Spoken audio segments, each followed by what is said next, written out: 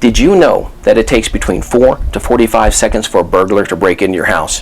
However, studies also show that if you can frustrate him for more than 60 seconds, that's when statistically they're going to move on to the next house. My name's Keith Duncan, and the clock is ticking. Today we're going to show you the first steps on how to get your family that 60 seconds, and it all starts here outside your house.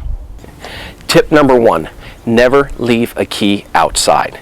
No matter how well you think the key is hidden, whether it's underneath the mat, behind a garden gnome, inside that fake rock you bought, it's never safe. But many people do leave keys outside, and they never even know it. The garage is where you're supposed to park your car, but for many people the garage has turned into storage. So what do? We park our cars outside. And what do we leave in our cars? The key to our house. This is one of the most dangerous pieces of equipment that you can own. It is a key to your house, and you leave it in your car every single night, where a burglar can just break the window, hit the button, they walk right on in. Now, when dealing with security outside your house, you have to think like a burglar. What does your house say about you, both good and bad?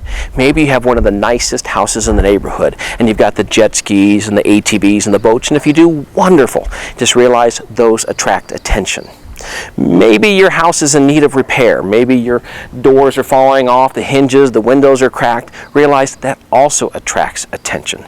Now, when it comes to bushes, trees, plants, you not only want to keep your bushes trimmed down so that you can see somebody standing behind it, but you also want to make sure that the bushes are trimmed up so you can see someone crouching or lying down. Living in Arizona, we have some very security-conscious plants. Planting a cactus, a rose bush, a succulent, something with thorns underneath the window is going to make a thief think, do I really want to go through a bed of this? Ow! To get inside? As we move to the backyard, our first stop is the gate. I recommend you keep locks on all of your gates. Now, I understand it's not much of a deterrent for a thief to jump over your wall. Very simple to do. However, thieves hate anything out of the ordinary, anything unusual. They hate attention. So somebody walking in and out of your gate, that's an everyday occurrence for your neighbors. Someone jumping over your fence with your TV, that is bound to attract attention. Remember, we're trying to buy your family 60 seconds. And even then, the littlest things, well, they all add up. I think we could all agree that these are common everyday burglar tools that you would expect a bad guy to have, and you're absolutely right. But what most people don't realize is that these tools, well, they're your tools. And that brings us to the site of the biggest crime scene in any house. That, of course, the Toolshed.